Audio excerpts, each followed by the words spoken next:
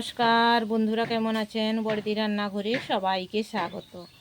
বন্ধুরা দেখুন, আমার চিলি মোচাটা দেখতে কি সুন্দর হয়েছে।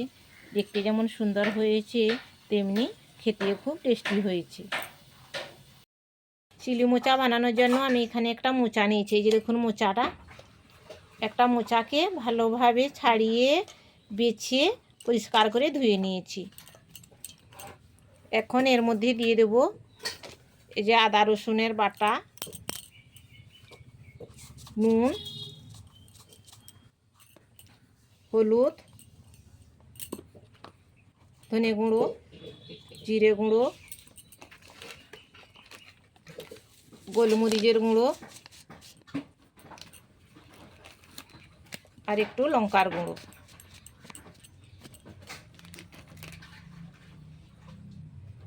আর সামান্য একটু সরিষার তেল। এটাকে আমি আগে মেখে নিচ্ছি মশলাটা।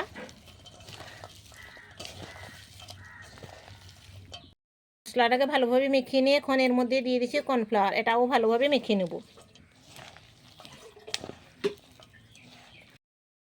মোচাগুলো পকোড়ার শেপ দিয়ে ভেজে এখন তুলে নেব। তেল গরম হয়ে গেছে, তেলের মধ্যে দিয়ে দিচ্ছি পেঁয়াজ, কিউব করে কাটা পেঁয়াজ, আর একটু পেঁয়াজের কুচিও দিয়ে দিচ্ছি।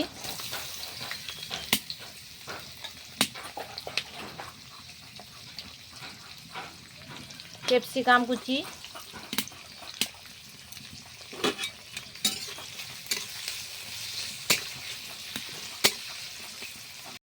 এখন এর মধ্যে দিয়ে দিচ্ছি আদা রসুনের বাটা।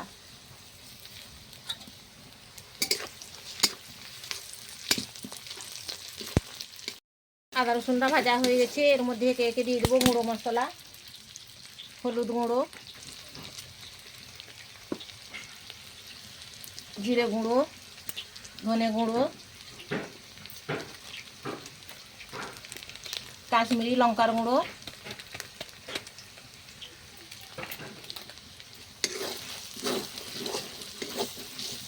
এই জন্য চেরা কাঁচা লঙ্কা,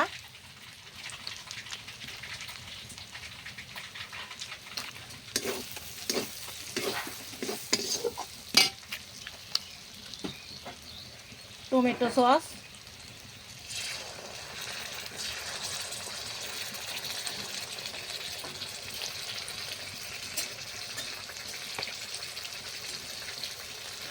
সামান্য একটু সয়া সস,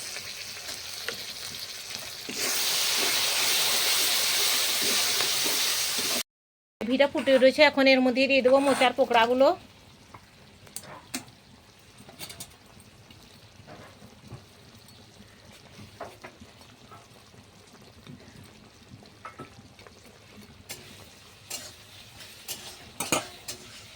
মোচা রেডি।